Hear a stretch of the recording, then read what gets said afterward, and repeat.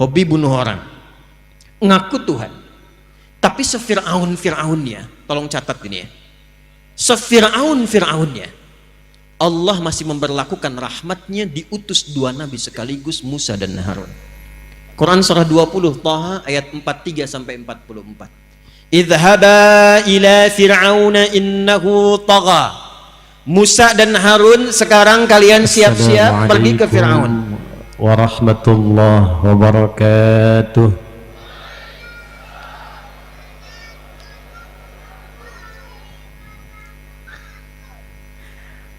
Alhamdulillahilladzi jama'ana fi hadzal makan al-mubarak linataqarrab ila rabbil alamin. Wassalatu wassalamu ala rasulillahilladzi ursila rahmatan lil alamin wa ala alihi wa sahbihi wa dzurriyyatihi wa ummatihi ila yaumiddin wa ba'd. Jadi saya jawab pantunnya banyak rupanya tadi. Jadi saya jawab pakai satu pantun saja ya. Aura kasih makan udang. Alhamdulillah ada cakepnya. Makan udang sambil tertawa. Terima kasih sudah diundang. Diundang di tempat yang sangat istimewa. Yang kita hormati, kita banggakan tuan rumah keluarga besar Lanud Rusmi Nuryadin, yang kita doakan pada Allah Subhanahu wa taala seluruh keluarga besar Lanud ini yang dipimpin saat ini oleh Marsikal pertama Muhammad Nurdin dan jajarannya. Semoga Allah Subhanahu wa taala memberkahi tempat ini, menyehatkan, memuliakan semua yang bertugas di tempat ini, dan mudah-mudahan tempat ini dijadikan sebagai bagian dari tempat yang bersaksi di hadapan Allah kelak bahwa kita pernah berkumpul malam hari ini untuk berzikir dan mengagungkan Allah Subhanahu wa taala di tempat ini. Dan mudah-mudahan tempat ini menjadi satu bagian yang kuat dan kokoh untuk menjaga ketahanan wilayah negara kesatuan Republik Indonesia yang kita cintai. Sebelum saya lanjutkan untuk menyapa, saya ingin sedikit berbagi dengan bagian pesan kuat dari Al-Quran, juga hadis-hadis Nabi Muhammad SAW, untuk membiasakan mendoakan setiap tempat baru yang kita pijak dan orang-orang yang ada di dalamnya, supaya semua mendapatkan kebaikan di sisi Allah Subhanahu wa taala. Quran surah ke-17 Al-Isra di ayat ke-80 sampai dengan 81. Wa qur rabbi adkhilni mudkhala sidqin. Dan katakan, sampaikan Muhammad sallallahu alaihi wasallam agar kita membiasakan masuk ke tempat manapun memohon kepada Allah supaya tempatnya diberkahi, diberikan nilai-nilai kebaikan, lalu didetilkan oleh Nabi lewat hadisnya, Allahumma inni as'aluka khairaha wa khaira ahliha. Ya Allah, aku bermohon semoga orang-orang yang ada di tempat ini orang-orangnya menjadi baik, dan aku memohon kepadamu ya Allah, tempat yang kami pijak pun menjadi tempat yang baik. Karena itu kita turut mendoakan dan menyapa selain keluarga besar tuan rumah di Lanud Rusmi Nuryadin ini, di hadapan kita semua saya mohon dan minta maaf membelakangi ada unsur Forkompinda yang hadir saat ini, baik mewakili Bapak Gubernur, kita juga dengar tadi ada dari Kajati, Pengadilan Agama, kemudian membersamai kita Pak Kapolda, sahabat kami Pak Muhammad Iqbal beserta Ibu.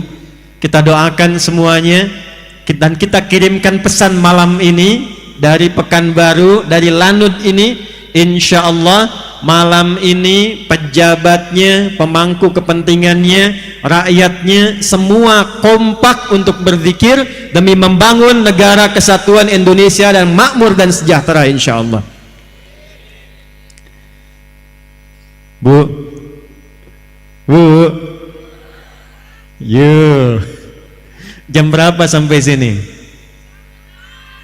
Jam 4, Masya Allah. Yang jam 5, yang maghrib di sini, yang zuhur di sini, nggak ada. Tadi saya sampai sudah lewat ya. Ini terima kasih, tempatnya luar biasa. Malam ini bukan konser musik ya. Ini panggung khusus yang didesain untuk tausiah spiritual. Jadi beliau tadi dan Lanut siapkan, Ustadz, kalau mau nyapa jamaah, kami siapkan ke depan kurang lebih sampai 6 meter supaya bisa lebih dekat dengan keluarga jamaah yang dicintai. Takbir. Quran surah ke-21 ayat 107. Kita biasakan dengan Quran supaya tidak ada yang bisa menolak dan mengelak. Yuk kita baca. Wa ma arsalnaka illa rahmatan lil. Wa ma arsalna. Kita bahas pakai na-nya dulu. Jika ada dalam Al-Quran kata kerja, kalimat, ayat yang diselipkan menggunakan na, bacanya panjang. Wa ma arsalna inna khalaqna, maka na-nya fungsinya dalam ilmu nahwu li ta'zimin nafsi fi ta'zimi sya'ni. Paham? Tidak. Na-nya fungsinya ingin menunjukkan informasi yang agung, informasi yang istimewa. Saking istimewanya Allah menyertakan keagungan zatnya, ta'zimun nafsi, sampai membawa keagungan zatnya untuk menunjukkan hebatnya, istimewanya, agungnya informasi yang ingin Allah sampaikan. Quran istimewa tidak? Agung tidak? Kenapa agung dan istimewa? Karena turunnya menggunakan na panjang. Inna anzalnahu fi lailatil, sama persis dengan bahasa turunnya Quran, ungkapan yang sama, diutusnya Nabi Muhammad sallallahu alaihi wasallam, sama pentingnya dengan diturunkan Al-Quran. Al-Quran turun pakai na, inna, Nabi Muhammad diberikan tugas dan diutus pakai na. Wa ma arsalna, dan demi keagunganku, demi keagungan zatku, kata Allah, tidaklah aku mengutus seorang nabi yang teragung. Jadi ketika Nabi Muhammad sallallahu alaihi wasallam diutus dan kalimat dalam Qur'annya, ayatnya menggunakan na, memberikan kesan nabi ini lebih agung dibandingkan dengan nabi-nabi lainnya, lebih istimewa dibandingkan dengan nabi-nabi lainnya. Adam istimewa, tapi ketika dipilih oleh Allah, kalimatnya cukup menggunakan istafa. Nuh istafa, Ibrahim istafa, keluarganya Imran sampai Isa alaihi salam istafa. Ali Imran ayat 33, Innallaha astafa Adam wa Nuha wa ala Ibrahim wa ala Imran ala alamin. Nabi Muhammad tidak. Kata Allah, wa ma arsalnaka, dan demi keagunganku tidaklah aku utus rasul yang terhebat ini, yang paling mulia ini, yang paling agung ini, kecuali membawa satu sifat yang termulia. Satu sifat yang termulia. Jadi keagungan Allah ini dilekatkan pada misinya Nabi dengan satu sifat, rahmatan lil alam. Allahu akbar. Tidaklah aku utus rasul teragung ini demi keagungan zatku, kata Allah, kecuali dia membawa rahmat untuk semesta alam. Jemaah sekalian, apa itu rahmat? Dan apa alam yang dimaksudkan di sini? Dan yang ketiga, apa yang diinginkan Allah dengan ayat ini untuk orang-orang yang mengaku umatnya Nabi Muhammad SAW. Saya mau tanya dulu nih, di sini yang umatnya Nabi Muhammad boleh angkat tangan tuh? Semuanya, yakin nih? Baik, kita cek dulu nih. Di sini yang pernah cela orang angkat tangan. Di sini yang pernah bikin hoax angkat tangan tuh. Di sini yang pernah merendahkan orang angkat tangan. Tuh. Saking susahnya ngangkat tuh paling banyak, makanya nggak bisa ngangkat tuh ya. Kalau mencela itu rahmat bukan? Merendahkan orang itu rahmat bukan? Merampok itu rahmat bukan? Menghina itu rahmat bukan? Saya tidak utus Nabi Muhammad, kata Allah, yang teragung itu kecuali bawa rahmat. Dan tidak pernah ada orang mengaku umatnya Rasulullah kecuali mendapatkan percikan dari rahmat itu. Itulah yang sekarang coba kita akan kaji. Pulang dari sini, insya Allah setiap kita berubah menjadi pribadi yang dirahmati oleh Allah Subhanahu wa ta'ala. Cukup dengan amin, kita ngaji dulu tuh. Ayo, satu, kita mulai pelan-pelan. Bismillahirrahmanirrahim. Gak usah diikuti. Saya mau mulai pelan-pelan. Satu, apa itu rahmat? Dua, apa itu al-alamin? Dan yang ketiga, apa ciri-ciri orang yang mendapatkan rahmat sebagai umatnya Nabi Muhammad sallallahu alaihi wasallam? Satu kali, coba dicek di hadis Muslim, nomor hadis 2539, yang meriwayatkan sahabat Nabi dulu agamanya Majusi, kemudian bingung dengan Majusinya, dia pindah kemudian masuk Kristen, lalu mendengar ada seorang mengaku Nabi di satu kota Yathrib yang berubah menjadi Madinah 3 tahun sebelum Nabi wafat, tepatnya tahun 7 Hijrah. Berangkatlah orang ini namanya Abdus Syams untuk mengkonfirmasi. Begitu melihat sosok ini, belum bicara, melihat wajahnya, senyumnya tulus, perhatiannya bagus, menyambut dengan keadaan yang baik, memperhatikan dengan sempurna, pandangan pertamanya kepada Nabi menjadikan pribadi ini langsung jatuh cinta kepada Rasulullah sallallahu alaihi wasallam. Tanpa diminta masuk Islam, tanpa diajak, tanpa diceramahi, asyhadu an la ilaha illallah wa asyhadu anna Muhammadar Rasulullah. Sosok ini masuk Islam, lalu dirubah namanya oleh Nabi dari Abdus Syams menjadi Abdurrahman.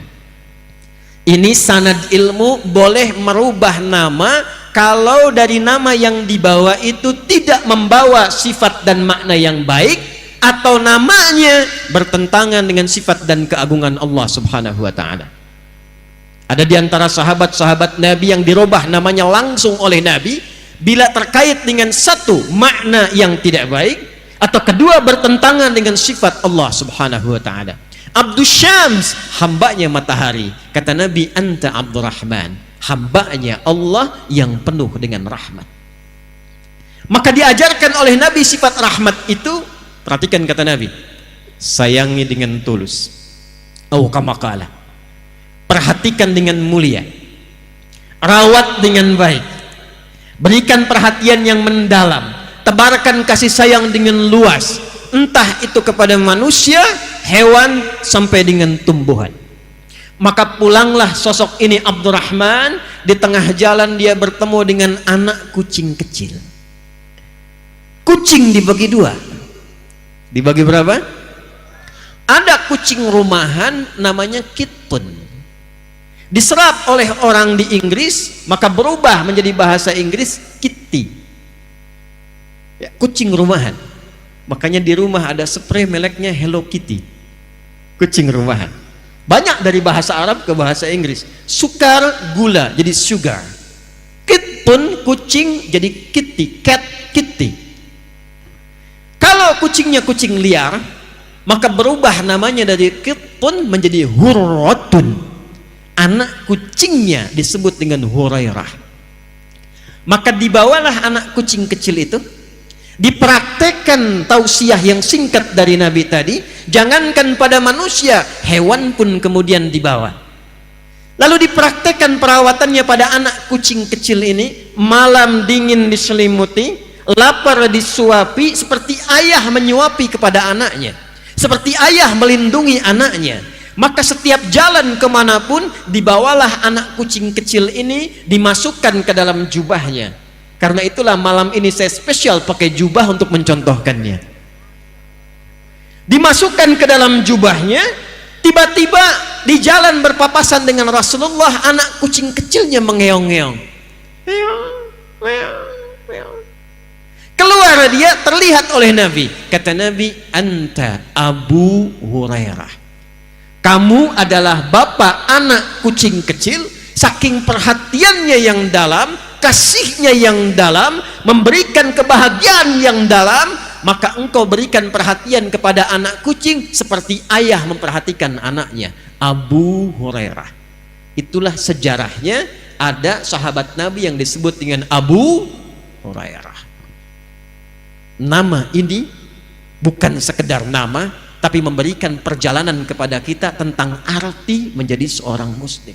Mu'allaf datang pada Rasulullah, minta diajarkan tentang Islam. Yang diajarkan oleh Nabi pertama kali rahmatan lil alamin, sifat kasih yang dalam, sifat membahagiakan yang dalam, yang dengan itu kita selalu memikirkan yang baik-baik tentang apa dan siapa yang kita kasihi itu.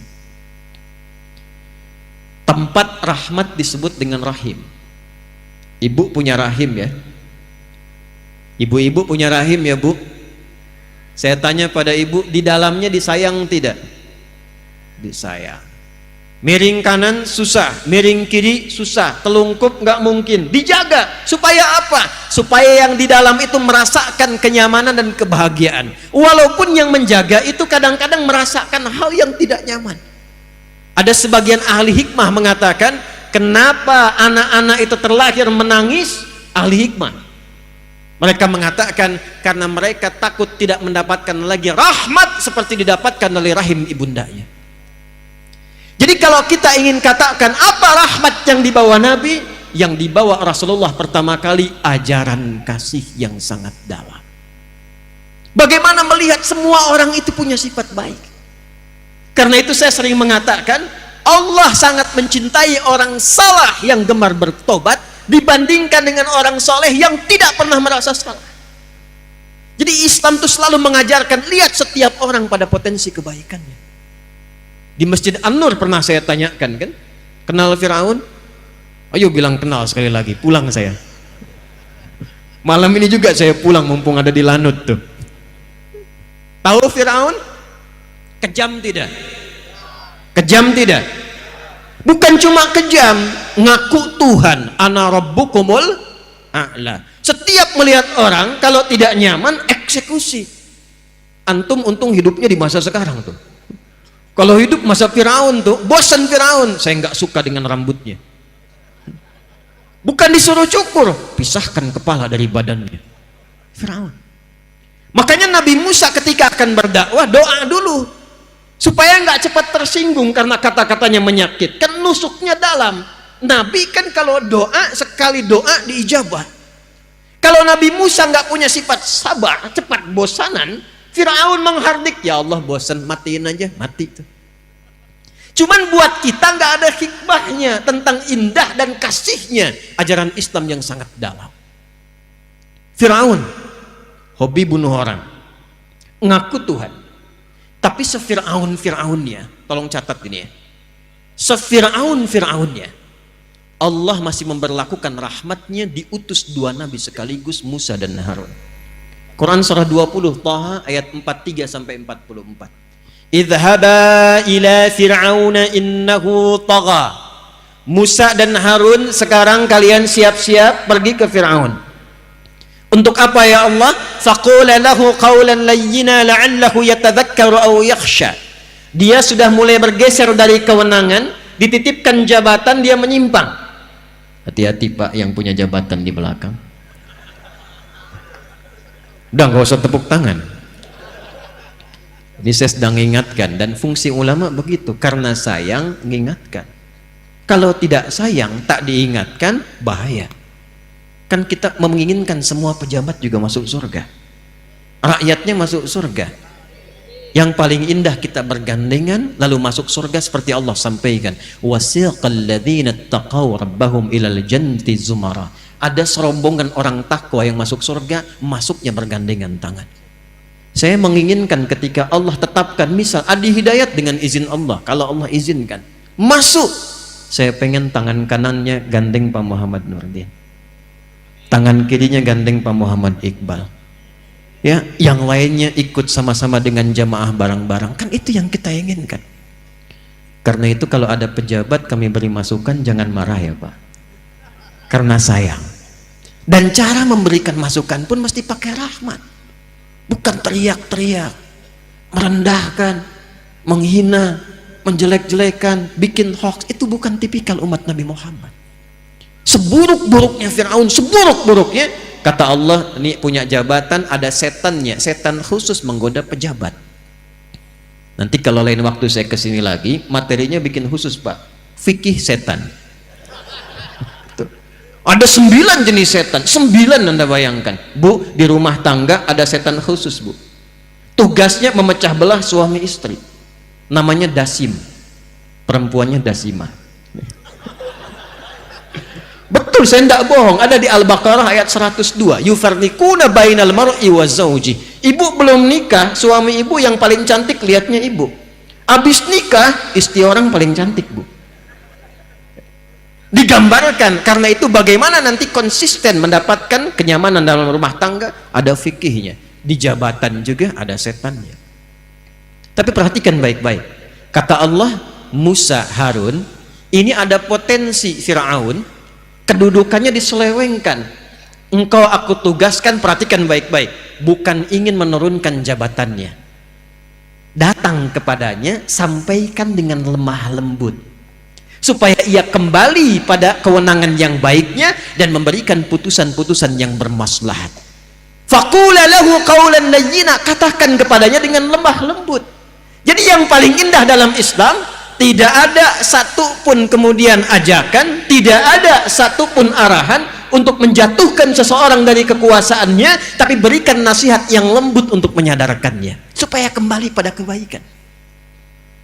Hati-hati di jabatan, ada peluang untuk menyeleweng, tapi datang kemudian fungsi ulama, luruskan dengan penuh kesantunan dan kebaikan. Turun, faqula lahu qaulan layyina, katakan dengan lemah lembut. Saya mau tanya pada Anda, ini yang di depan Anda semua Firaun bukan? Firaun bukan? Bukan. Muslim bukan? Firaun Muslim bukan? Fir'aun bukan Muslim, belum beriman dan tidak beriman, pongah, ngaku Tuhan, kasar sikapnya. Diturunkan Musa dan Harun utusan, katakan yang lemah lembut. Kita, saya, Anda sama-sama Muslim, Allah tugaskan dan amanahkan dengan tugas-tugas berbeda. Ada yang pemimpin, ada yang pebisnis, ada yang arsitek, ada yang ulama, ada yang di kebun, ada yang berbisnis, semua beragam dan mengaku Muslim. Kalau pada non Muslim saja ayat Quran datang untuk menanamkan rahmat, maka bagaimana dengan sesama Muslim? Turun ayat, innamal mu'minuna ikhwah. Sepanjang seseorang mengaku dan mengatakan dia beriman, maka kata Al-Quran, posisikan orang beriman itu sebagai saudara sebapa. Punya adik, punya kakak, pernah mencela kakak, pernah mencela adik. Enak gak saat mencela adik? Enak tidak saat mencela kakak? Tidak. Posisikan saudara-saudara seiman seperti adik dan kakak kita sebapa, Nabi Adam alaihissalam. Siapa yang keturunan Nabi Adam angkat tangan? Kita semuanya. Nah, sepanjang kita disebut dengan Bani Adam 7 kali dalam Al-Quran. Kenapa disebutkan 7 kali? Salah satu hikmah hitungannya supaya 7 hari dalam sepekan kita menerbangkan rahmat dalam kehidupan semesta alam. Sayang, kasih, nyaman, toleran, kebaikan. Jadi kalau umatnya Nabi Muhammad sudah mengaku muslim, seharusnya tidak diajarkan lagi tentang toleransi, tidak diajarkan lagi tentang kasih sayang, karena ajaran yang sudah dia anut semua membawa nama kasih dan sayang. Siapa nama Nabi kita? Wa ma arsalnaka illa rahmatan lil alamin. Maka Allah tidak cukupkan dengan nama dan misinya, maka diturunkan nama yang menjadi percikan dari sifat rahmat itu. Pilihannya langsung dari Allah, Muhammad. Ini saya kasih rahasia ya, tapi ini antara kita saja nih, tolong jangan dibocorin ya. Nama Muhammad itu bukan nama pemberian manusia. Mungkin belum banyak yang tahu ini. Nama Muhammad itu pemberian dari Allah Subhanahu wa ta'ala yang diwariskan turun-menurun pada setiap nabi yang dilantik menjadi nabi dan rasul. Nabi Isa namanya dari Allah, betul. Yahya namanya dari Allah, betul. Tapi diberikan namanya saat lahir. Muhammad tidak. Namanya diviralkan oleh Allah Subhanahu wa ta'ala pada semua nabi saat dilantik menjadi nabi dan rasul. Jadi tidak ada satu nabi bertugas formal sebagai nabi, sebagai rasul, kecuali dia harus berikrar dulu tentang kenabian Muhammad sallallahu alaihi wasallam. Dan itu didokumentasikan dalam Al-Quran di surah ketiga Ali Imran di ayat ke-81. Wa idh akhadha rabbuka min bani adama min zuhurihim dzurriyyatahum. Perjanjian kita dengan Allah Al-A'raf 172. Perjanjian manusia biasa dengan Allah Al-A'raf 172. Perjanjian Nabi dengan Allah pindah Ali Imran 81. Wa idh akhadallahu mitsaqan nabiyyin. Dan pahami, pelajari, ingat-ingat, ketahui, ketika Allah mengambil komitmen perjanjian dengan semua nabi yang bertugas di bumi, semua nabi. Jadi ada anbiya, ada nabiyin, itu beda. Surah ke-21 di Quran surah apa namanya? Al-Anbiya. Kalau disebutkan anbiya itu artinya beberapa nabi. 3, 4, 5 anbiya. Kenapa disebut surah Al-Anbiya? Karena di dalamnya ada pelajaran tentang kehidupan beberapa nabi. Tapi kalau kita ganti jadi semua nabi yang pernah bertugas di bumi, diurut dari Nabi Muhammad sampai ketemu ke Nabi Adam alaihi salam, semua nabi, maka ganti kalimatnya dari anbiya menjadi nabiyyin. Apa namanya? Nabiyyin. Wa idh akhadallahu mitsaqan nabiyyin. Dan pelajari, pahami, ketahui ketika Allah mengambil perjanjian dengan semua nabi saat dilantik menjadi nabi. Lama ataitukum min kitabin wa hikmatin thumma ja'akum rasulun musaddiqun lima ma'akum latu'minunna bihi wa latansurunnah. Qala aqrartum wa akhadtum ala dhalikum isri qalu aqrarna qala fashhadu wa ana ma'akum minasy syahidin. Kata Allah, aku lantik engkau jadi nabi sekarang, tapi engkau harus komitmen. Bila engkau bertugas bersamaan dengan hadirnya nabi terakhir yang mulia, Muhammad, maka kalian harus menolongnya, membelanya, dan ikut ajarannya. Itu disampaikan oleh Allah sejak nabi pertama bertugas di bumi sampai nabi terakhir dan rasul terakhir Isa alaihi salam. Karena itu nama Nabi Muhammad itu tersebut di semua kitab-kitab yang dibawa oleh semua nabi. Dalam Taurat ada, di Injil ada. Dari mana taunya? Abdul Muttalib, kakeknya Nabi, melakukan perjalanan dengan 3 orang sahabatnya. 1 Sulaiman, 2 Khailulah bin Hajij, 3 ada yang bernama Himran. 3 orang ini bersama Abdul Muttalib melakukan perjalanan ke Syam. Datang ke Syam, bertemulah dengan seorang pendeta Kristen, rahib pada masa itu. Maka ditanya, kalian dari mana? Kata Abdul Muttalib, kami dari Mekah. Tempatnya di sini, posisinya di sini. Kata pendeta ini, perhatikan baik-baik. Akan datang dari tempat kalian seorang nabi terakhir, nabi yang istimewa, namanya Muhammad. Namanya siapa? Muhammad. Jadi di masa-masa lalu namanya sudah ada, namanya Muhammad. Maka 4 orang ini sepakat, kalau nanti mereka punya cucu lahiran, orang pertama yang punya cucu akan diberi nama dengan Muhammad, warisan dari nama yang disampaikan pendeta tadi, yang sanadnya tersambung sampai dengan ke atas.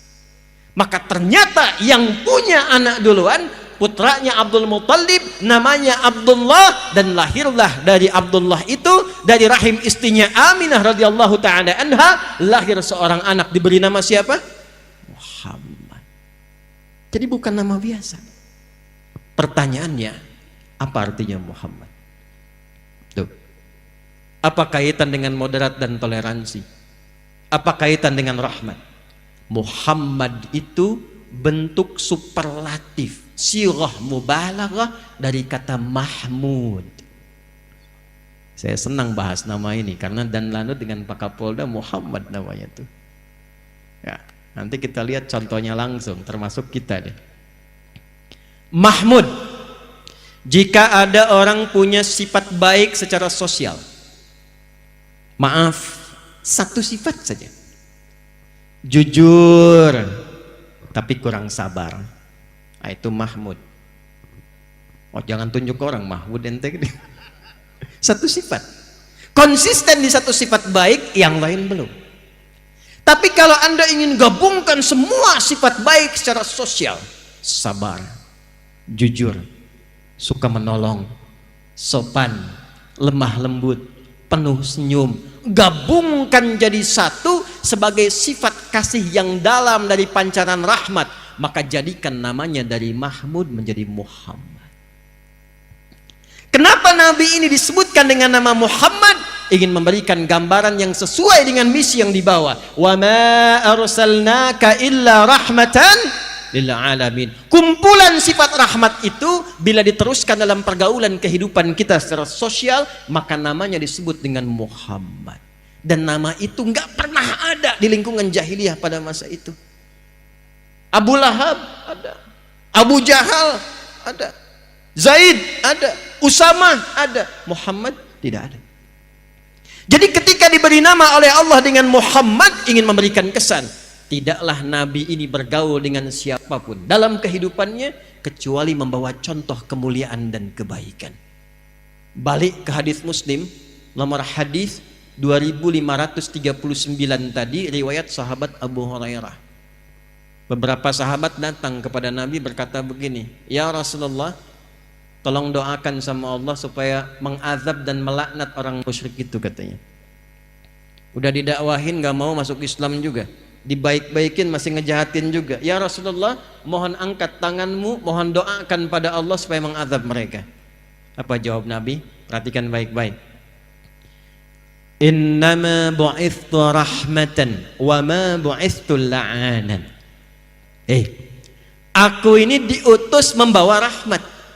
Aku diutus membawa ajaran kasih. Aku diutus untuk mengajar kebaikan, bukan untuk laknat orang. Muhammad. Allahu Akbar, salat depan Ka'bah, ruku. Begitu ruku, datang orang iseng naruh kotoran di punggung Nabi. Kotoran cukup banyak. Saya tanya antum deh ya, kalau sedang sholat ditaruh kotoran di belakang tuh, di punggung kita taruh kotoran, kira-kira kalau kita tahu orangnya, apa respon kita? Oh, ketawa aja, selesaikan. Bangun Nabi, selesai sholat, cukup dibersihkan kemudian dan dimaafkan oleh Nabi SAW. Alasannya sederhana, karena dia naruh kotoran itu bukan karena benci, karena tidak tahu tentang status Nabi. Yang paling tinggi lagi nih, Nabi datang ke Taif. Tahu Taif? Ya, lampu merah sonoan dikit tuh. Di Mekah diusir, datang ke Taif, sekampung Taif diprovokasi satu orang, anak-anaknya keluar, remajanya keluar, dewasanya keluar, dia bawa batu lempar Nabi, sampai perisai hidupnya Zaid, ya, anak adopsinya Nabi itu sudah terluka parah. Dibawa Nabi mundur, istirahat di bawah pohon, datang 2 malaikat penjaga gunung. Ini nggak tanggung malaikat nih. Kata dua malaikat ini, ya Rasulullah, mud yadaika ila sama au kama qala. Ya Rasulullah, angkat tanganmu ke langit, mohonkan kepada Allah saat ini, kami tidak senang melihat engkau cedera dan dilukai oleh mereka. Ya Allah, mohonkan ya Rasulullah, minta pada Allah supaya kami diizinkan mengangkat dua bukit di Taif untuk menghimpit mereka yang telah menzalimi Nabi sallallahu alaihi wasallam. Apa jawab Nabi?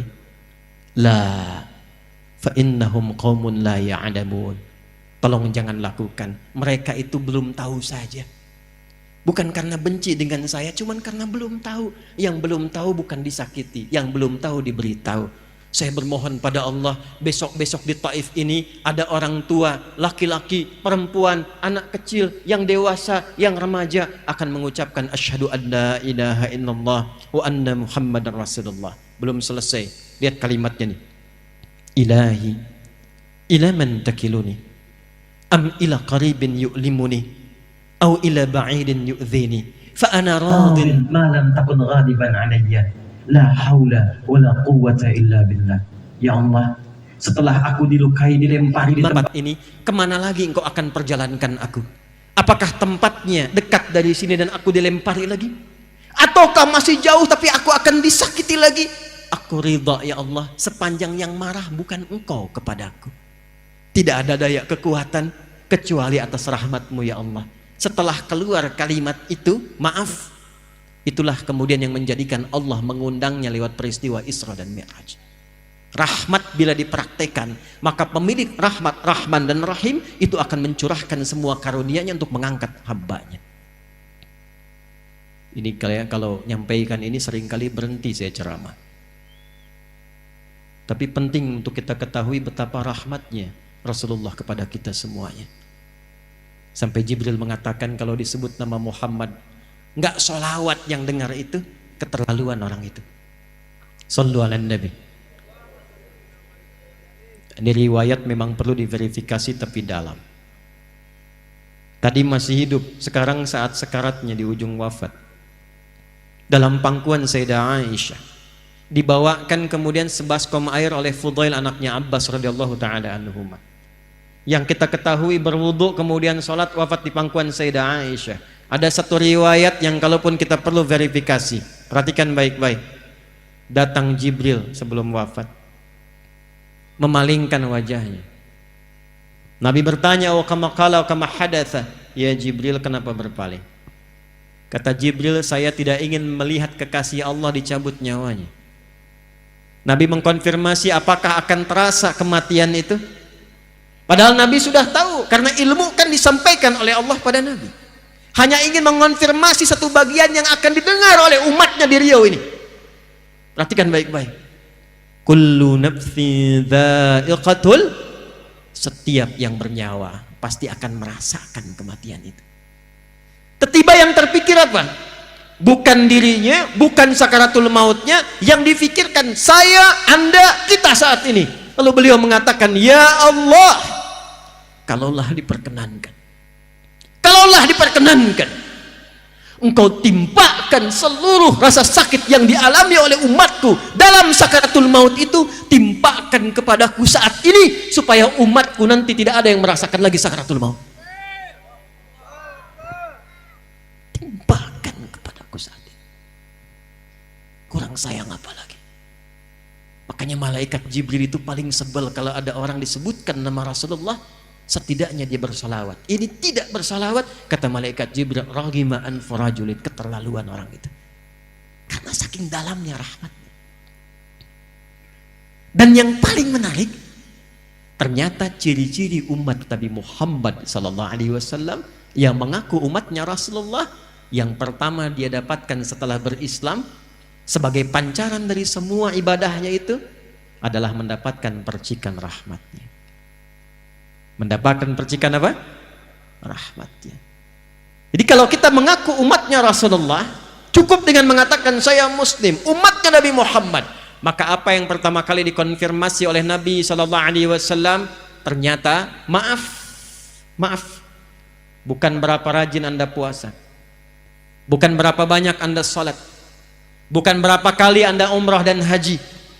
Yang pertama kali dikonfirmasi, Berapa mulia Anda mempraktekkan hasil ibadah itu melalui akhlak dan kasih sayang dalam kehidupan. Yuk kita contohkan. Hadis sahih, hadis Muslim. Maaf ya, ada orang datang kata Nabi di hari kiamat. Ini cepat aja nih pakai terjemahan. Dia membawa pahala rajin sholat. Ya'ti yaumal qiyamati bi sholatin, rajin sholat. Hati-hati nih, kalau saya sampaikan dari Nabi berarti akan kejadian nih. Rajin sholat. 2 wasyamin, rajin puasa. 3 wazakatin, rajin zakat. Wa ya'ti qad syatama hadza. Cuman sayang kata Nabi, dia datang rajin sholat, rajin puasa, rajin zakat, tapi saat yang sama ternyata membawa dosa, rajin mencela orang lain. Wa qadzafa hadza, rajin menuduh orang lain. Wa daraba hadza, rajin bertengkar dengan orang lain. Sama-sama muslim, sama-sama sholat, tapi senang mencaci satu dengan yang lainnya. Sama-sama ngaji, ngajinya Quran, sunnahnya sunnah Nabi Muhammad SAW, tapi sama-sama rajin menuduh. Ada yang begitu sekarang? Ayo jawab, kenapa diam? Ada tidak? Ada tidak? Yang paling dahsyat tuh yang terakhir tuh, wasafaka dama hadza. Ada yang kelihatannya sholat, rajin kumpul-kumpul, tapi ternyata tidak membekas dari sholatnya, dan dia menumpahkan darah membawa nama Islam di dalamnya. Tembak orang, Allahu Akbar, bom orang, Allahu Akbar, dan tidak dibenarkan dalam syariat. Dan itu kejadian. Ini seringkali saya bahas ya untuk tidak pernah berulang. Insya Allah tidak akan kejadian lagi di negara kesatuan Republik Indonesia. Ya. Pak Kapolda, Pak Iqbal itu waktu kejadian bom di Jalan Tamrin itu, buar meledak itu Bu. Saya itu sedang di Lampung Bu.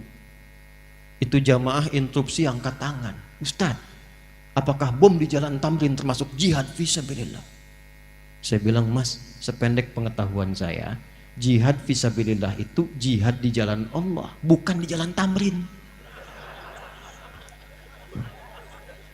Kata Nabi akan ada umat yang aneh-aneh begitu tuh.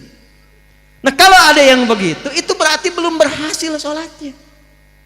Karena orang kalau sudah sholatnya benar itu, yang pertama dikonfirmasi itu bukan berapa panjang rukuknya, bukan berapa panjang sujudnya, tapi yang dikonfirmasi oleh Allah, innas sholata tanha anil fakhsya'i wal. Itu apa itu fakhsya? Keburukan yang bersumber dari syahwat, pornografi, porno aksi, LGBT, kata-kata jorok, kata-kata kotor. Jadi kalau ada orang sholatnya benar, tidak akan pernah terlibat dalam pornografi. Kalau ada orang sholatnya benar, tidak akan melambai. Bukan di sini nih ya, bukan di sini nih. Jakarta sono ada yang tangkap sama polisi, terima kasih itu. Malam-malam kena razia. Nama siapa? Nia Pak. Yang benar Nia. Nama lengkap Kurniadi. Karena sholat tuh nggak begitu. Laki-laki laki-laki, perempuan perempuan. Ya, hati-hati. Jangan sampai Anda sholat ternyata diperiksa di handphone yang dibawa dalam sholat gambar-gambar yang tidak elok. Itu fahsya, Joni. Itu fahsya. Jadi nggak mungkin ada orang sholat melanggar ketentuan sholat, keluar dari rahmat, berbuat fahsya. Itu mustahil. Zina fahsya, selingkuh fahsya. Betapa banyak sekarang orang ketangkap karena selingkuh. Paling sebel begitu masuk ke pengadilan pakai kerudung, begitu ditangkap pakai peci. Ya. Dan ini yang pertama kali dikonfirmasi. Orang sholat itu pasti pancaran pertamanya rahmat. 2, mungkar, keburukan yang diingkari oleh hati, sumbernya maaf, nafsu perut dan akal.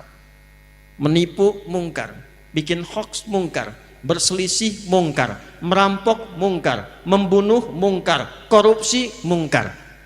Yang dicek oleh Allah pertama kali konfirmasinya, sekali lagi, bukan berapa panjang Anda rukuk dan sujud, berapa banyak Anda menebarkan rahmat selepas sholat. Karena itu sholat ditutup dengan kalimat rahmat, damai, tenang, tentram. Assalamualaikum warahmatullahi wabarakatuh. Assalamualaikum warahmatullahi warahmatullahi wabarakatuh. Karena kita dalam setiap gerakan sholat dilatih 3 hal. 1, menebarkan salam. 2, menebarkan rahmat. 3, menebarkan berkah. Orang sholat. Jadi mustahil ada orang sholat korupsi. Tangan tahiyat tuh nggak mungkin dipakai maksiat. Malu.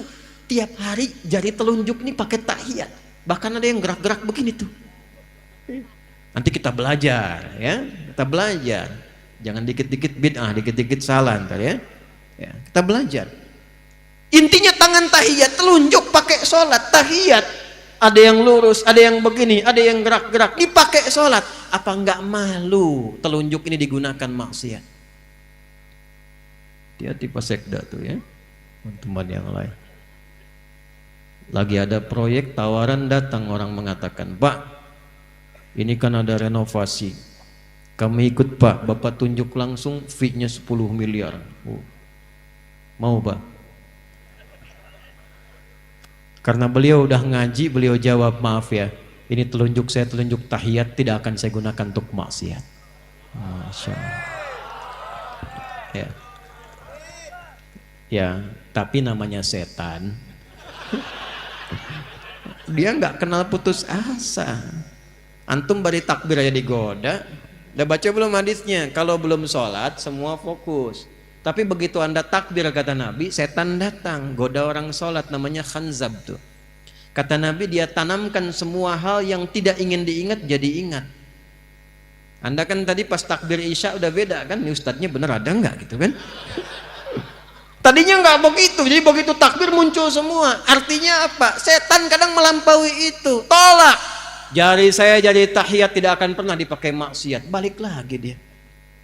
Rapat balik, Pak. Nambah katanya Pak, 20 miliar.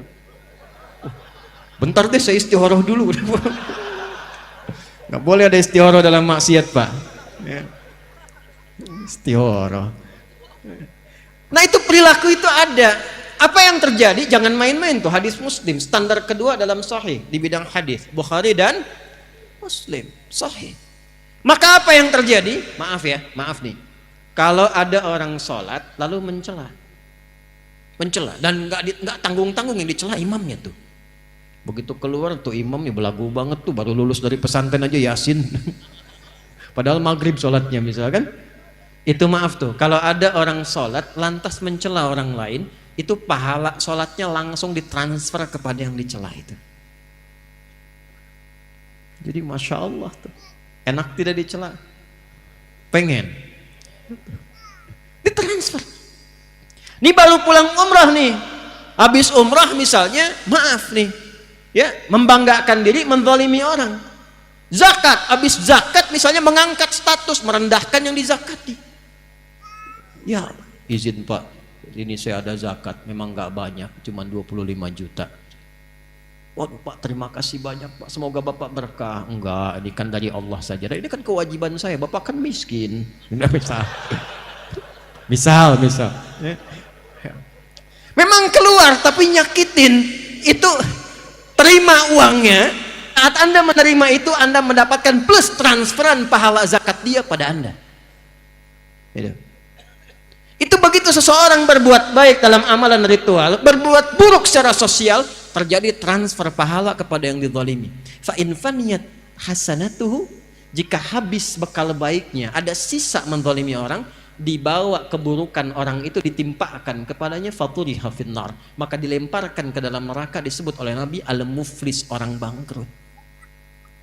Jadi perkara rahmat itu bukan perkara asing bagi kita. Perkara berbuat baik itu bukan perkara yang sederhana, tinggi, sampai semua ibadah ritual itu ukuran akhirnya adalah nilai-nilai kebaikan yang kita pancarkan dalam kehidupan. Jadi kalau temanya moderat, kita itu udah khatam. Karena semua ayat Qur'annya mengarahkan kita kepada aspek-aspek kemuliaan. Yo, satu sudah tuh. Muhammad tadi sudah kita bahas. Disebut Muhammad dan kita mengaku umatnya Nabi Muhammad, praktekkan ajaran kasih kepada siapa? Lil alamin. Apa lil alamin di sini saya percepat. Semua alam. Semua manusia alam bukan. Hewan alam bukan. Tumbuhan alam bukan. Allahu Akbar. Orang Islam itu bukan hanya baik sesama manusia, pada hewan dan tumbuhan pun baik. Yuk, saya cek pelan-pelan ya. Di sana banyak tumbuhan ada. Tadi lewat tumbuhan kan? Boleh nggak nginjak sembarangan? Boleh nggak nyabut sembarangan? Nih, yang saya gambarkan bukan yang itu. Yang ingin saya gambarkan dalam suasana damai saja nggak boleh ya. Yang mau saya gambarkan suasana perang yang sedahsyat-dahsyatnya. Yang paling dahsyat. Tidak ada kasih sayang, tidak ada kebahagiaan. Makanya di surat At-Taubah, Al-Bara'ah, surah 9, itu kenapa dibukanya tidak dengan Bismillahirrahmanirrahim. Semua surat pakai Bismillahirrahmanirrahim. Cuma surah At-Taubah satu-satunya yang tidak dibuka dengan Bismillahirrahmanirrahim. Tapi Bismillahirrahmanirrahim tetap jumlahnya 114. Karena yang tidak ada di At-Taubah diganti di An-Naml ayat ke-30. Wa innahu min Sulaimana wa innahu bismillahirrahman. Kenapa At-Taubah nggak pakai Bismillahirrahmanirrahim? Karena At-Taubah itu izin membela diri saat diinvasi. Saat diserang, saat dijajah, datang pasukan mau menghancurkan Nabi di Madinah, turun izin bela diri, disebut dengan jihad. Tapi karena dalam jihad praktek militer itu ada peperangan, tak ada rahmat Allah, tak ada kasih sayang dalam perang, maka tidak dibuka dengan Bismillahirrahmanirrahim. Silahkan tanya pada para pertempur ini, ada nggak dalam perang pakai kasih sayang? Izin nembak ya, sakit nggak? Maaf ya, nggak ada begitu. Ada bidik-bidik, kunci-kunci, tembak-tembak, nggak ada kasih sayang. Cuman sedahsyat-dahsyatnya perang, maaf, dalam Islam tuh aturannya ketat, jangan cabut tanaman. Di mana ada aturan itu? Dalam perang, jangan mencabut tanaman sembarangan. Jangan menginjak tanaman-tanaman yang sedang tumbuh bagus. Dalam perang, Anda bayangkan. Maka kalau dalam perang saja tidak dibenarkan kita menghilangkan rahmat pada tumbuhan, bagaimana dosanya orang yang menggunduli hutan dalam suasana damai?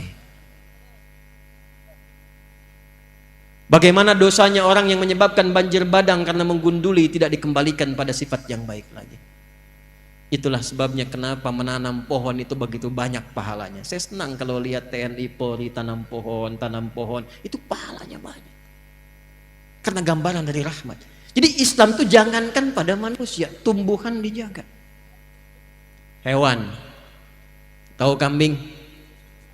Tahu kambing? Tahu kambing? Disembelihnya dijatuhkan dulu atau dibiarkan berdiri sembelih? Jatuhkan dulu. Jatuhkannya lemah lembut atau kasar? Oh, masa? Lihat wajah-wajahnya nggak pede itu. Lihat dalam Islam sampai diajarin zikirnya. Teman-teman tinggal buka YouTube, klik ya cara menenangkan kambing sebelum disembelih. Itu ada, tutup dengan telinga ke matanya, bacain depannya, tidur kambingnya. Kalau sapi bacain tenang, jatuhkan lembut, jatuh sendiri. Dalam Islam cuma diajarkan. Yang paling hebat, tajamkan pisaunya sebelum penyembelihan. Kata Nabi, tajamkan pisaumu supaya tidak menzalimi hewan yang akan disembelih itu. Dan dipastikan sekali tarik selesai, bukan digorok-gorok begini. Dan hebatnya, tajamkan pisaumu dan tidak dilakukan di depan hewannya. Awas Idul Adha tuh, jangan sampai terjadi diasah depan kambingnya. Sabar ya, ini bentar nih, paling sebentar klik habis. Ini saya lihat ada aja habis disembelih, kepala kambingnya kasih rokok. Mana oknumnya sini tuh? Itu menghilangkan rahmat. Anda bayangkan hewan. Dan betapa banyak ada orang dapat ampunan Allah karena hewan dan dapat azab karena hewan. Pernah dengar ada seorang perempuan, maaf Bu ya, bukan ibu yang di sini nih. Ya. Seorang perempuan yang dihukum di neraka gara-gara menyiksa kucing. Pernah dengar kisahnya? Miara kucing sengaja tidak diberi makan, dizalimi, tidak diberi minum, hanya diperhatikan sampai datang mautnya. Direspon oleh Nabi dengan kalimat yang sangat luar biasa dahsyat. Akan diperlakukan serupa ia di neraka. Tapi sebaliknya, seorang perempuan malam yang divonis oleh manusia dengan perempuan yang kotor, perempuan yang bernajis, taubat hanya karena seekor hewan yang lekat dengan najis di dalamnya. Karena anjing kehausan. Perhatikan indahnya ajaran Islam.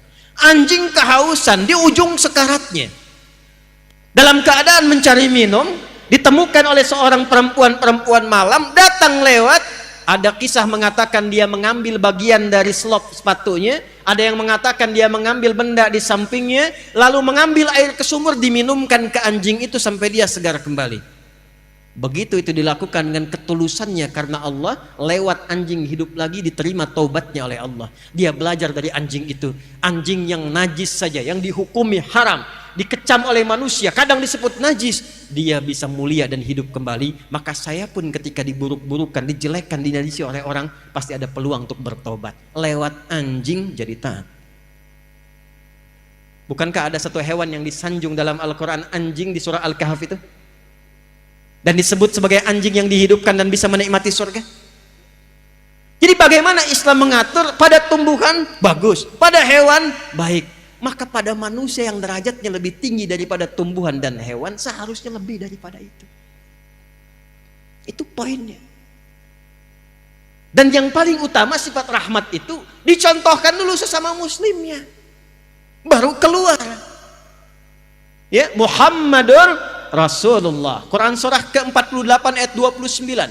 Muhammadur Rasulullah walladzina ma'ahu asyidda'u 'alal kuffar ruhama'u bainahum. Ruhama, pemilik rahmat. Kata Allah, sifat umatnya Nabi Muhammad itu sesama umat Nabi Muhammad, sesama muslim, dia tebarkan rahmat. Bukan menebarkan perselisihan, bukan menebarkan cemoohan. Nah, seringkali terjadi perselisihan dan cemoohan itu babnya satu, karena kurang pengetahuan. Allahu Akbar. Bismillahirrahmanirrahim. Bid'ah nih, keluar dari sak. Harusnya tidak pakai basmalah, harusnya langsung Alhamdulillahi Rabbil Alamin. Cuma persoalan bismillah antara keras dengan pelan dengan silent, tertiba kemudian tidak saling kenal. Assalamualaikum. Beda manhaj. Yuk, hati-hati. Babnya ilmu. Maka apa yang harus dilakukan? Satu, setelah kita mengerti sifat umat Nabi Muhammad yang disebut dengan Muhammad, maka yang kedua, pelajari ilmu-ilmu yang terkait dengan rahmat itu. Ada ilmu yang terkait dengan ibadah, ada ilmu yang terkait dengan muamalah. Jangan bertengkar pada urusan ibadah yang furu'iyah. Yang pokok kita luruskan, sepanjang sama-sama pokok, muslim, nabinya Nabi Muhammad, kiblatnya masih ke Mekah, Tuhannya Allah, rukun Islamnya 5, rukun imannya 6. La ilaha illallah Muhammad Rasulullah, nggak ada penyimpangan, saudara. Kalau kelihatan beda, dia bismillahnya kencang, yang ini bismillahnya sir, yang ini nggak ada, cek. Kok bisa Nabi ikeraskan? Kok bisa Nabi disilentkan? Kok bisa Nabi nggak baca? Oh, begitu dilihat riwayatnya 70 hadisnya.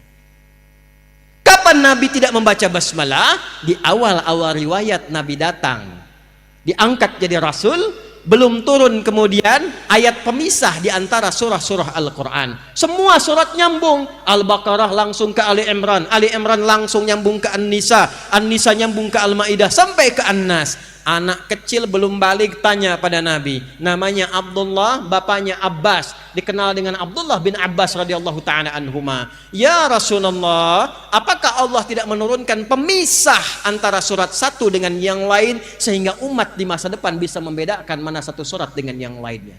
Maka diturunkanlah karena pertanyaan itu ayat tunggal, Bismillahirrahmanirrahim. Maka dibacakanlah setiap membacakan surah dari Al-Fatihah sampai dengan An-Nas kecuali surah At-Taubah. Khusus Al-Fatihah kadang Nabi ngimamin dibaca bismillahnya dengan kencang. Bismillahirrahmanirrahim. Kadang silent. Bismillahirrahmanirrahim. Nah, kalau jadi imam silent itu nggak usah ditempelin di mic kalimatnya. Bismillahirrahmanirrahim. Alhamdulillahi Rabbil Alamin. Kalau ditempel disuarakan itu sama dengan jahar. Silent. Ada yang nggak dibaca sama sekali. Alhamdulillahi Rabbil Alamin. Ada yang dibaca rakaat pertama, riwayat sahabat Abu Hurairah, Nabi ngimami Bismillahirrahmanirrahim, Alhamdulillahi Rabbil Alamin, rakaat pertama. Rakaat kedua, Alhamdulillahi Rabbil Alamin, Bismillah nggak dibaca. 4 cara 70 hadis. Keempat cara ini namanya manhaj. Semua himpunan yang tersambung ke Nabi. Tapi kan nggak mungkin kita pilih keempat-empatnya. Nggak bisa Ustaz. Lanut Rusminul Yadin ini lanut istimewa. Semua sunnah Nabi dikumpulkan. Jadi imam di masjid, skuadron 16. Begitu takbir, Allahu Akbar, bacakan keempat-empatnya. Bismillahirrahmanirrahim. Bismillahirrahmanirrahim. Nggak dibaca sama sekali. Mesti pilih salah satu. Ketika dipilih salah satu, bahasa Arabnya ma dhahaba ilaihi. Apa yang ingin diambil untuk memudahkan. Imam Syafi'i memilih keraskan, ma dhahaba ilaihi Syafi'i. Imam Malik, Imam Abu Hanifah memilih enggak dibaca, ma dhahaba ilaihi Malik wa Abu Hanifata. Imam Ahmad memilih di silent, ma dhahaba ilaihi Ahmad. Karena kepanjangan ma dhahaba ilaihi disingkat madhhab. Mazhab Syafi'i, mazhab Maliki, mazhab Hanafi, mazhab Hambali. Mazhab itu bukan pendapat pribadi. Mazhab itu pilihan yang tersambung, itu jalurnya ke Nabi SAW. Karena nggak mungkin dibaca keempat-empatnya. Jelas? Jadi nggak ada hubungannya termasuk dengan NU dan Muhammadiyah. Bismillahirrahmanirrahim. NU nih. Bismillahirrahmanirrahim. Alhamdulillahi Rabbil Alamin. Muhammadiyah. Karena saat ayat itu turun, Muhammadiyah, NU belum lahir. Ini penting nih saya kasih tahu nih. Saya 2010 tugas di Mekah, Pak. Ya, nyambut jemaah haji pertama, Isya. Jadi begitu masuk, samping saya persis jemaah pertama. Imam saya sudes. Istau. Dalam hati kita bilang kan udah tahu. Takbir tuh. Begitu ngimamin, kan madhabnya Hambali itu, sir. Bismillahirrahmanirrahim. Alhamdulillahi Rabbil Alamin. Itu komen jamaah pertama samping saya, iki imamnya Muhammadiyah ya. Muhammadiyah cabang Masjidil Haram tuh. Ke sana tuh. Yang perlu kita bangun itu kesamaannya. Karena pendirinya pun bersaudara. Pendiri Muhammadiyah Kiai Haji Ahmad Dahlan. Nama aslinya Muhammad Darwish. Mendirikan Muhammadiyah 18 November 1912. 14 tahun kemudian saudara beliau juga dari jalur berbeda bersaudara. Namanya Kiai Haji Muhammad Hashim bin Asy'ari, mendirikan Nahdlatul Ulama tanggal 31 Januari 1926. Itu dari nasab bersaudara, belajar bahkan pada guru yang sama sebelum ke Mekah, di Kiai Haji Soleh Darat di Semarang. Berangkat ngajinya di tempat yang sama. Ngaji di Syekh Ahmad Khatib Al-Minangkabawi atau As-Sambasi, ada yang mengatakan demikian.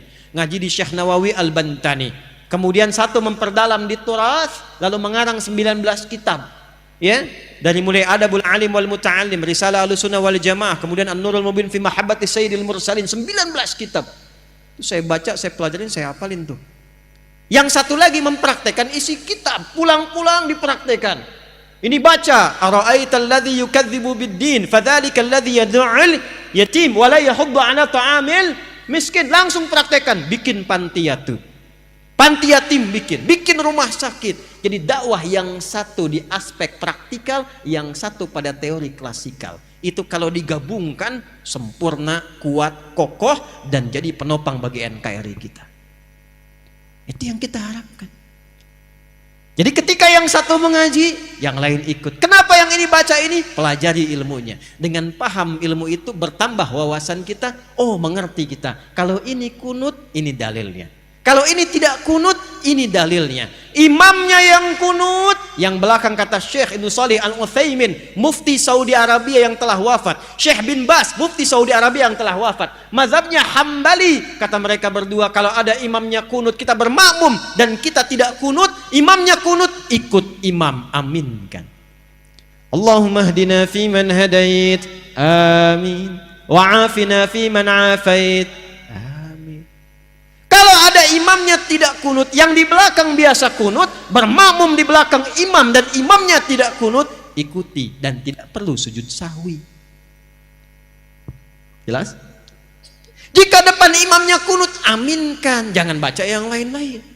Allahumma hdina fiman hadait, bid'ah. Enggak selesai-selesai. Ulama sudah menyampaikan hukum, yang salaf sampai yang khalaf, yang dulu sampai yang sekarang. Mereka hafal Quran, hafal hadis, hafal riwayat, hafal sejarah, keluarkan hukum. Kunut boleh, tak kunut boleh. Jadi imam kunut ikuti, imam tak kunut ikuti. Selesai masalah.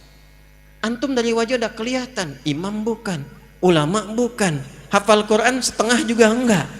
Tuh kan, baca masih belepotan, hadis pakai terjemahan. Ya, sejarah enggak tuntas. Lalu bisa memberikan fatwa, cita-cita masuk surga, ente siapa? Bawaannya ribut terus. Yang kunut benar, yang tak kunut benar, yang salah yang tidak sholat subuh. Gitu. Paham? Jadi bab ilmu itu sangat penting. Ini bab ibadah. Jadi mulai sekarang saya minta, saya mohon, ngajinya yang tuntas. Kalau bisa tingkatkan kualitas. Kalau takbir sampai salam saja, betul, bagus, sah sholat, pahala dituliskan. Tapi barokahnya sholat kita nggak dapat. Apa barokahnya itu? Membuat kita semakin lebih baik. Saya ulang, membuat kita semakin lebih baik. Jadi kalau kita cuma takbir begini, Allahu Akbar, tahu ilmunya, bacaannya sampai dengan salam, tapi tidak mengerti apa yang kita bacakan, maka untuk mempraktekkan salam rahmat dan barakah, Assalamualaikum warahmatullahi wabarakatuh, Assalamualaikum warahmatullahi wabarakatuh, nggak dapat kita. Pahala dituliskan, prakteknya minim dipraktekkan.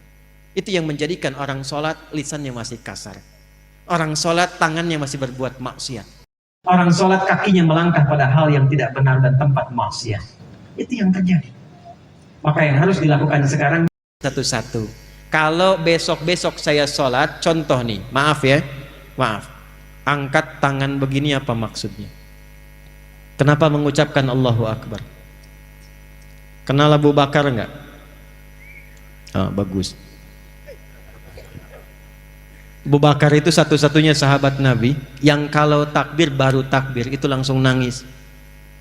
Makanya waktu Rasul tunjuk jadi imam, beliau katakan, ya Rasulullah, jangan saya ini orangnya perasa, takutnya malah nggak khusyuk, makmumnya nanti sulit ngikutin saya. Kata Nabi, udah kamu ini banyak protes imam. Kenapa?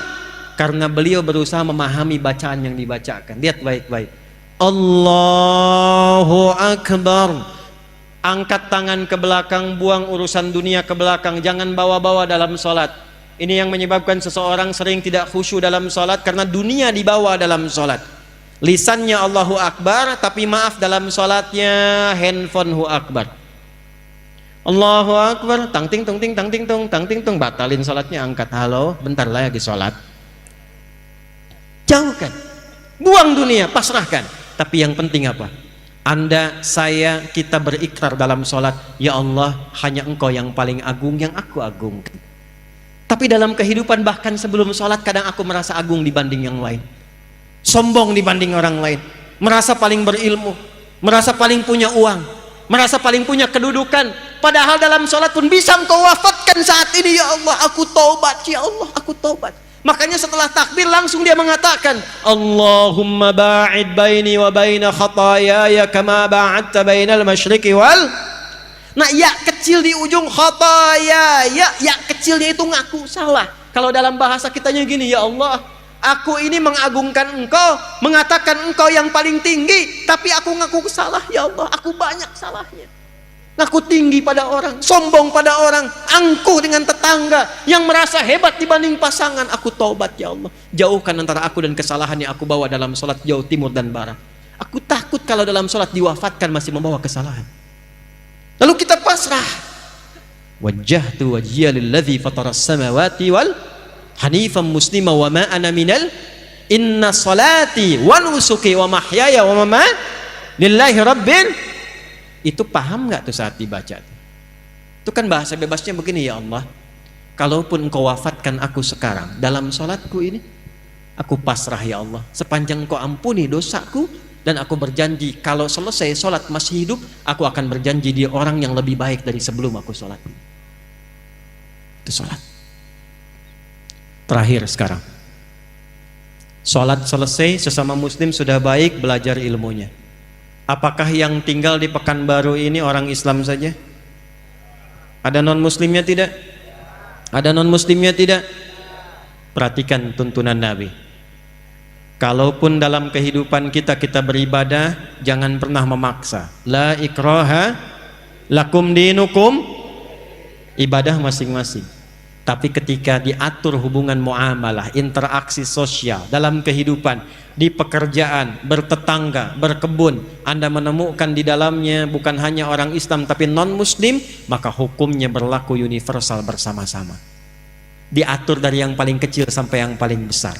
Yang paling kecil, Anda tinggal di komplek, ada orang Islam, tetangganya non muslim, Nabi samakan semua hukumnya. Hukum makanan, hukum senyuman. Senyum kepada yang muslim, senyum pada non muslim.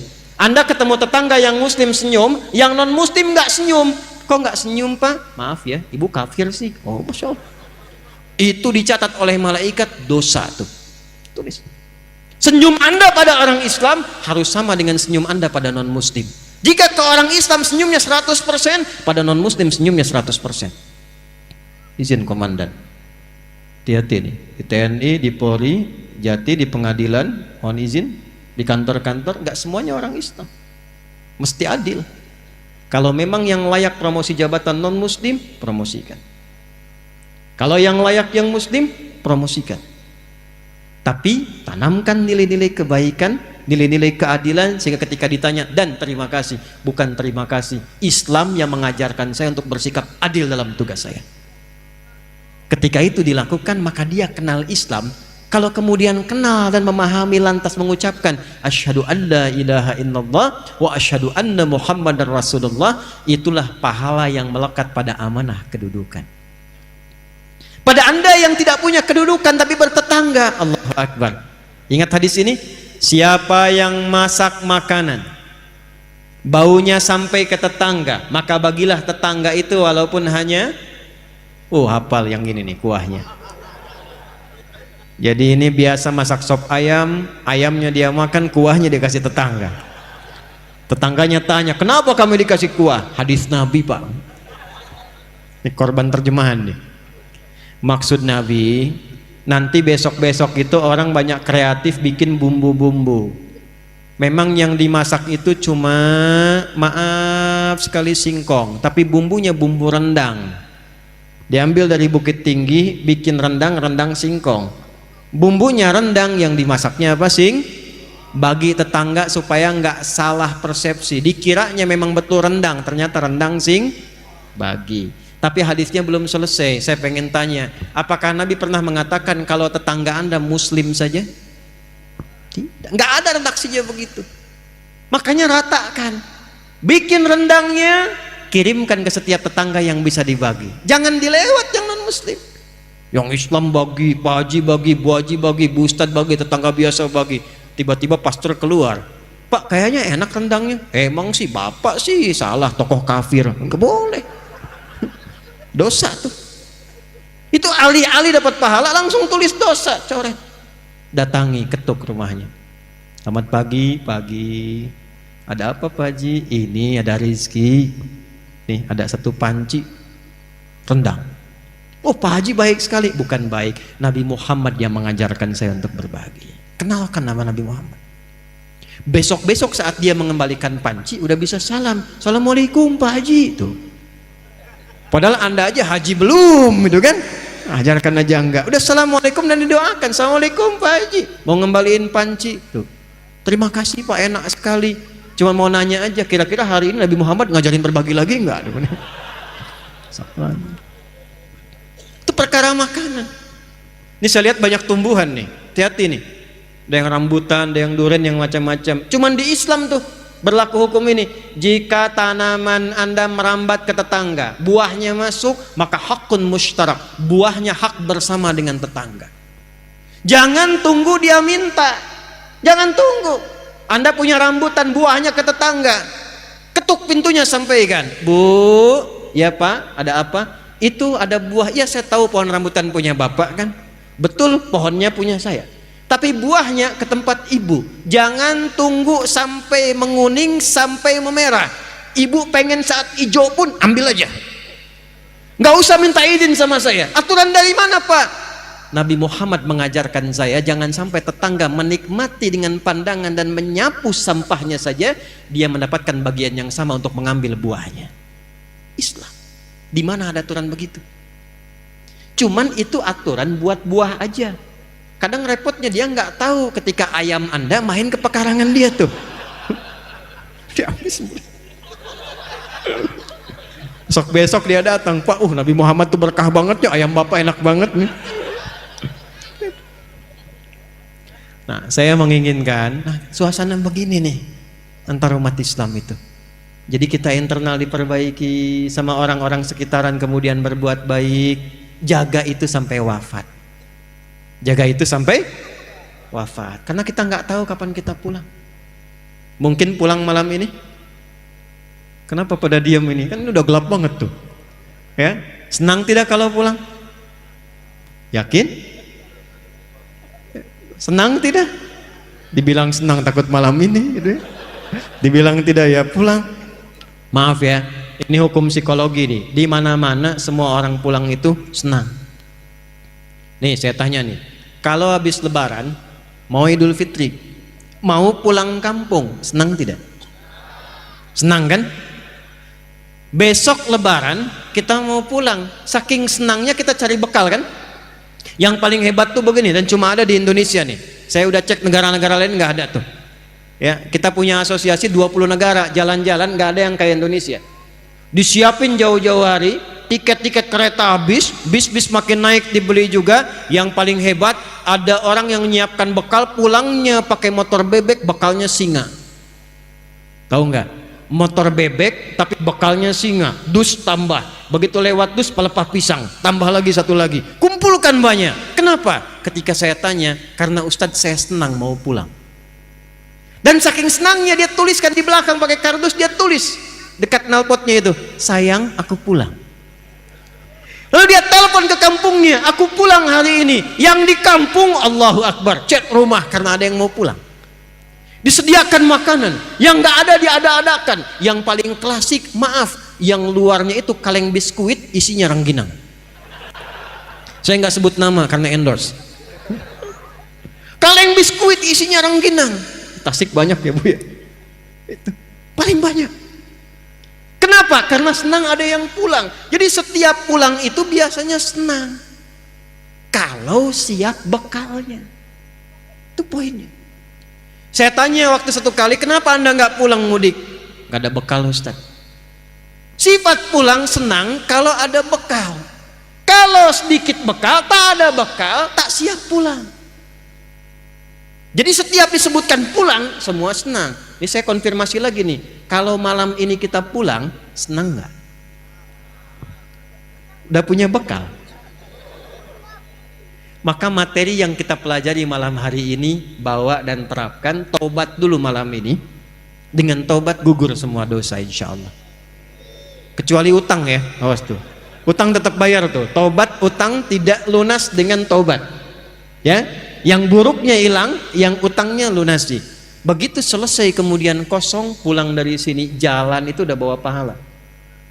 Ada orang pernah bunuh 99 sampai 100 orang. Dia mau tobat. Begitu mau tobat datang pada seorang kiai. Kata kiai itu, kalau yang kayak kamu ini saya nggak bisa bimbing, tapi saya referensikan pada kawan saya yang di sana. Ini sikap bijak. Nggak ada ustadz menguasai segalanya. Kalau bukan pakar di bidangnya, arahkan dan sarankan pada ustadz lain yang menguasai bidangnya. Maka dia jalan ke tempat kiai itu, di tengah-tengah, ternyata ajalnya tiba, meninggal. Di tengah-tengah. Apa yang terjadi? Ini saking viralnya sampai di era Nabi Muhammad turun ayat An-Nisa, surah keempat ayat 100. Wa may yuhajir fi sabilillah yajid fil ardi muraghaman katsiran wasi'a wa may yakhruj min baitihi muhajiran ila Allah wa rasulih thumma yudrikul maut faqad waqa'a ajruhu 'ala Allah. Siapa yang bertekad merubah dirinya lebih baik, kalau dia masih ada ajal hidupnya, maka oleh Allah akan dilimpahkan ketenangan. Jadi kalau mau berubah jadi baik, bukan dunia dulu yang dikasih, bukan materi, bukan pangkat dulu, diberikan ketenangan di hatinya oleh Allah supaya menerima kebaikan. Setelah itu baru dilimpahkan, kedudukan tambahkan, harta tambahkan, ilmu tambahkan.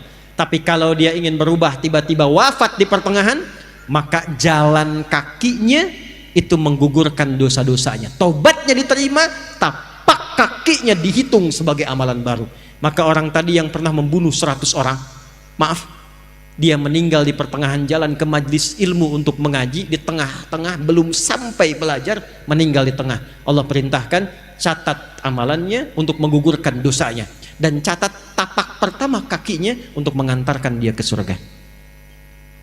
Ada yang pernah bunuh orang di sini? Gak apa-apa, mumpung ada Kapolda. Ada yang pernah bunuh orang? Gak ada. Maaf ya, Anda belum pernah bunuh orang, belum pernah berbuat keburukan seperti orang tadi. Sudah sampai ke tempat ini mengaji, sudah belajar, dapat materi, dapat ayat, dapat hadis, tinggal tobat, pulang, tunggu ajal menjemput, selesai. Kalau belum dengan semua ini yang Allah berikan, belum mampu membuat kita berubah, dengan cara apa lagi dikumpulkan oleh Allah untuk diberikan hidayah? Dan yang datang ini kan dipilih. Siapa yang meminta Anda ke sini? Saya hampir nggak kenal Anda semua, nggak kenal saya. Walaupun guru saya mengajarkan, saya punya kiai mengajarkan begini, nak, kalau kamu ngajar, tatap wajahnya satu-satu. Tatap. Nanti saat malam bangun tahajud, berdoa, bayangkan wajah-wajah itu. Kamu taubat, lalu mintakan ampunan dan kasih sayang Allah untuk semua yang ngaji, yang pernah ngaji dengan kamu. Dan minta sama Allah supaya yang disampaikan merasap ke hati mereka. Mintakan kebaikan kepada Allah. Saya tidak kenal dengan Anda pada umumnya, tapi yang terpilih hadir di sini, Anda siapa yang menggerakkan? Bukan karena Adi Hidayat nggak ada apa-apanya. Kalau bukan Allah yang berkehendak, mustahil Anda pengen datang dari jam 4. Ada yang bilang jam 2. Datang duduk-duduk nunggu, siapa yang menggerakkan? Kalau bukan Allah sayang pada bapak dan ibu, menggugurkan dosa, mengangkat derajat, untuk apa dikumpulkan kita duduk sampai malam hari ini?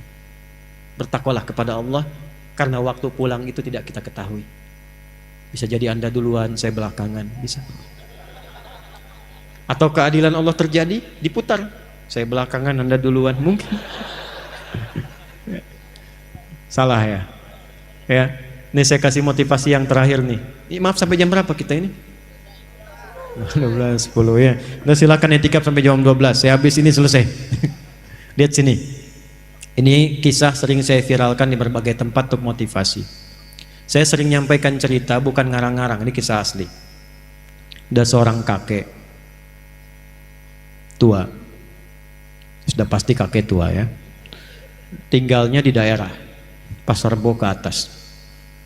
Pekerjaannya sederhana, bukan pejabat, bukan orang kaya, tapi orang yang sangat viral di lingkungan langit. Itu bahasa singkatnya begitulah yang saya bahasakan.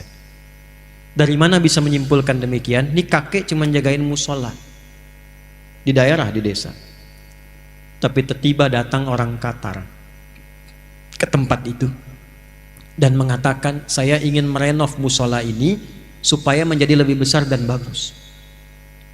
Saya cuma tanya pada Anda, tolong pikirkan tuh, di mana orang Qatar, dari Qatar ya, Qatar bukan Tanah Abang tuh, ya. Dari Qatar datang ke Pasar Rebo, ke kampungnya ke atas, bertemu dengan kakek itu dan mengatakan, saya pengen renov musola ini dan Anda yang harus merawatnya. Perhatikan cara Allah memuliakan seorang hamba. Sepakat kakek itu direnov. Begitu jadi dimaksimalkan mengerjakan amanah itu. Yang ngepel, yang ngelap, yang bersihkan, yang azan, yang qomat, yang imamin kakek itu. Yang luar biasa. Kamis nih, sama persis nih kita malam Jumat, Kamis ba'da asar. Beliau setelah menunaikan tugas sedang puasa, nunggu-nunggu buka. Berkhidmatnya di rumah Allah, bekerjanya karena Allah, hidupnya dimuliakan Allah, diwafatkan pun dalam keadaan terbaik, hari baik, sedang puasa di rumah Allah ba'da asar. Cuman tiduran di karpet dan cara wafatnya indah, merem-melek nunggu buka, meninggal. Ya ayyatuhan nafsul mutmainnah, pulang. ketika dia berniat mendekat kepada Allah, diwafatkan di tempat dia bertugas dalam keadaan termulia, mengenakan pakaian terbaiknya, sedang ada di rumah Allah, selepas dia sholat, sedang berpuasa, nunggu berbuka, tidurnya enak banget, merem melek, meninggal. Tuh hati-hati belakang tuh, saya lihat ada yang merem melek tuh ya. Lihat itu. Maka saya mau katakan setelah ini kita berdoa, pulang ke tempat masing-masing, istiqomah di jalan Allah. Ya, sama Allah dekati sholat yang baik mulai sekarang. Perbaiki di keluarga, jangan Anda bahagia tenang duduk ternyata di rumah belum selesai. Sama istri masih saling cemberut-cemberutan, sama anak belum selesaikan. Pulang dari sini islah. Dengan tetangga selesaikan. Supaya tugas kita selesai saat pulang nyaman. Terakhir, untuk teman-teman di TNI, di Lanut ini khususnya. Kemudian juga ada yang Allah berikan kemuliaan dengan seragamnya di Polri, Kejati, pengadilan dan yang lain-lain sebagainya. Seragam itu bukan hanya kehormatan dunia, Pak. Tapi itu persaksian yang dibawa ketika menghadap kepada Allah Subhanahu wa taala. Dan berbahagialah di posisi Bapak ini, ternyata seragam itu dihargai tinggi oleh Allah Subhanahu wa taala. Ketika dikenakan pada nilai kebaikan, dia yang menjadikan status kita terhormat di hadapan Allah. Perhatikan kalimatnya, فَلْيَعْبُدُوا رَبَّ هَذَا الْبَيْتِ الَّذِي أَطْعَمَهُمْ مِنْ جُوعٍ وَآمَنَهُمْ مِنْ خَوْفٍ. Dekati Allah pemilik bait ini yang telah memberikan ketahanan dalam ekonomi dan kekuatan dalam keamanan, ketentraman dan kenyamanan. Para ulama ada beberapa yang menafsirkan orang-orang yang tugasnya menjaga ketentraman, keamanan, kenyamanan demi masyarakat itu tenang, bisa ibadah tenang, baca Quran tenang, kerjanya tenang, ibadahnya nyaman dan dikenakan seragam itu, maka dia masuk dalam kategori jihad fi sabilillah. Kalau wafat, seragam itu mengantarkan dia terhormat di hadapan Allah Subhanahu wa taala. Tapi ketika seragam itu dilumuri dengan nilai-nilai maksiat, maka itu yang merendahkan dia di hadapan Allah Subhanahu wa taala. Karena itu sekarang kita akan saling mendoakan. Kita doakan sama-sama, masyarakat saling mendoakan. Kemudian yang Allah titipkan amanah dengan ilmu seperti kami para ulama, kita doakan supaya diikhlaskan, mencerahkan, menyatukan. Ya, saya harap terutama musim-musim sekarang jangan terpecah belah. Saya ulang, ini tegas saya sampaikan, jangan terpecah belah, jangan saling merendahkan. Kita doakan karena yang paling penting itu NKRI-nya. Ulama kita, pejuang kita telah mengeluarkan keringat, darah, air mata untuk melahirkan negara kesatuan Republik Indonesia. Jangan kemudian kita terpecah, jangan kita teradu domba, kita kokoh dekati Allah. Silahkan masing-masing punya pilihan masing-masing, tapi jangan merendahkan satu dengan yang lainnya. Siap? Takbir.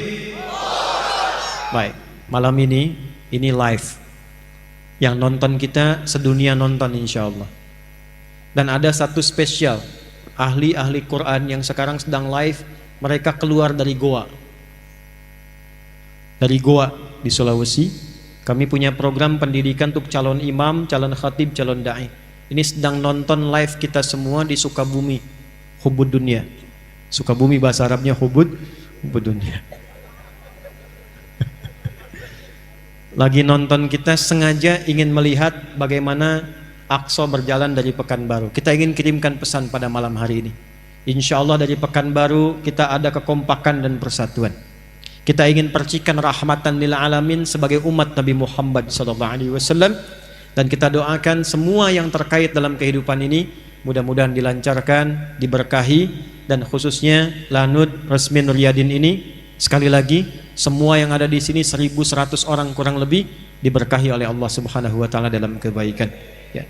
Mari kita berdoa dengan menundukkan hati kita. Saya minta izin supaya bisa duduk dulu supaya berdoanya lebih nikmat, lebih nyaman dan lebih khusyuk insyaallah.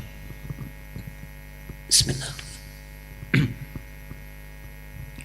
Astaghfirullahalazim, astaghfirullahalazim, astaghfirullahalazim, alladzi la ilaha illa huwal hayyul qayyum wa natubu ilaih. Allahumma la ilaha illa anta subhanaka inna kunna minadh dhalimin. اللهم نحمدك حمدا كما علمتنا أن نحمدك ونشكرك شكرا كما علمتنا أن نشكرك أنت المقدم وأنت المؤخر بيدك الخير إنك على كل شيء قدير اللهم نصلي ونسلم على حبيبك الكريم رسولك المصطفى الأمين نبينا وسيدنا محمد وعلى آله وصحبه أجمعين ربنا لا تدع لنا في مقامنا هذا وفي كل مقام ذنبا إلا غفرته. Ya Allah, jika ada pendosa hadir di lingkaran majlis ini, maka jangan biarkan ia pulang kecuali Engkau telah gugurkan seluruh dosa-dosanya. Allahumma alif ya Allah qalbahu ya arhamar rahimin liyatuba ilaika taubatan nasuha. Ya Allah, kalau ada pelaku maksiat di tempat ini, mohon sentuh hatinya, lembutkan jiwanya agar mau bertobat sebelum ia wafat dan kembali kepadamu ya arhamar rahimin. Wala hamman illa farajtah. Jika ada di antara jamaah yang datang membawa kegelisahan, jangan biarkan ia pulang kecuali Engkau telah tenangkan keadaan hatinya. Oleh asiran illa yassartah. Jika ada di antara kami yang Kau uji dengan kesulitan seberat apapun di rumah tangganya, pekerjaannya, kehidupan sosialnya, maka mohon ya Allah, angkat dan hilangkan seluruh kesulitannya. Wala maridan illa syafaitah. Jika ada di antara kami yang Kau uji dengan penyakit seberat apapun, maka mohon angkat dan sembuhkan penyakitnya. Allahumma idza kana hunalikal aba wal ummahat ya Allah yusabbibul isyan fi auladihim ya Allah, Allahumma afu anhum waghfir lahum ya arhamar rahimin. Ya Allah, Engkau Maha mengetahui jika ada dalam majlis ini para orang tua yang berbuat maksiat, yang karena itu anak-anak mereka ya Allah jauh darimu, tidak mengenalmu, sulit menunaikan sholat karena sebab maksiat kedua orang tuanya, maka di tempat ini ya Allah, mohon sentuh hati kedua orang tua itu untuk bertobat. Terima tobat mereka ya Allah, ampuni mereka, maafkan kesalahan mereka ya arhamar rahimin. Wa idza kana hunalika minal auladi arhamar rahimin bisabab ma'siyatihim ya Allah yub'idu walidihim anka ya Allah fa'fu anhum waghfir lahum ya arhamar rahimin. Ya Allah, jika ada anak-anak durhaka di tempat ini ya Allah, yang sempat mengabaikan kedua orang tuanya, tidak berbakti kepada kedua orang tuanya, sehingga orang tuanya tidak mengenal Allah, maka ampuni dosa anak-anak itu. Sayangi mereka ya Allah, hapuskan segala kesalahannya. Allahumma ya arhamar rahimin, inna nas'aluka khairan ma sa'alaka rasulukal mustafa nabiyina Muhammad sallallahu alaihi wasallam. Ya Allah, kami bermohon segala kebaikan, kemuliaan yang pernah dipermohonkan oleh Rasulmu yang mulia Nabi Muhammad sallallahu alaihi wasallam. Allahumma ihfadz biladana Indonesia wajannibna minat tafraqah, wahid sufufana ya Allah, wahdi ulama'ana wahdi umara'ana waj'alhum udala. Ya Allah, mohon jaga negeri kami Indonesia. Ya Allah, satukan masyarakatnya ya Allah dalam kebaikan, jauhkan dari perpecahan. Ya Allah, satukan masyarakatnya dalam kebaikan, jauhkan dari perpecahan. Berikan kami kemampuan untuk menaati-Mu di negeri ini ya Allah, dan berikan kami kemampuan untuk mencintai negeri ini dalam ketaatan kepada-Mu ya arhamar rahimin. Allahumma ya rabbal alamin wahfadz ulama'ana waj'alhum mukhlasin lakad-din. Ya Allah, mohon jaga para ulama kami, ikhlaskan mereka dalam berdakwah. Berikan kemampuan untuk mencerahkan dan menyatukan umat, jauhkan dari sifat-sifat perpecahan. Jaga para pemimpin kami ya Allah, berikan hidayah kepada mereka ya Allah, agar adil dalam mengemban amanah. Ringankan hisab mereka di hari kiamat ya Allah, dengan kedudukan yang Kau titipkan kepada mereka. Allahumma ansur ikhwatana fi Filistin, Allahumma zid quwwatal mujahidina fi Gaza. Allahumma ansur ya Allah ikhwatana fi Filistin wa harril masjidil aqsa.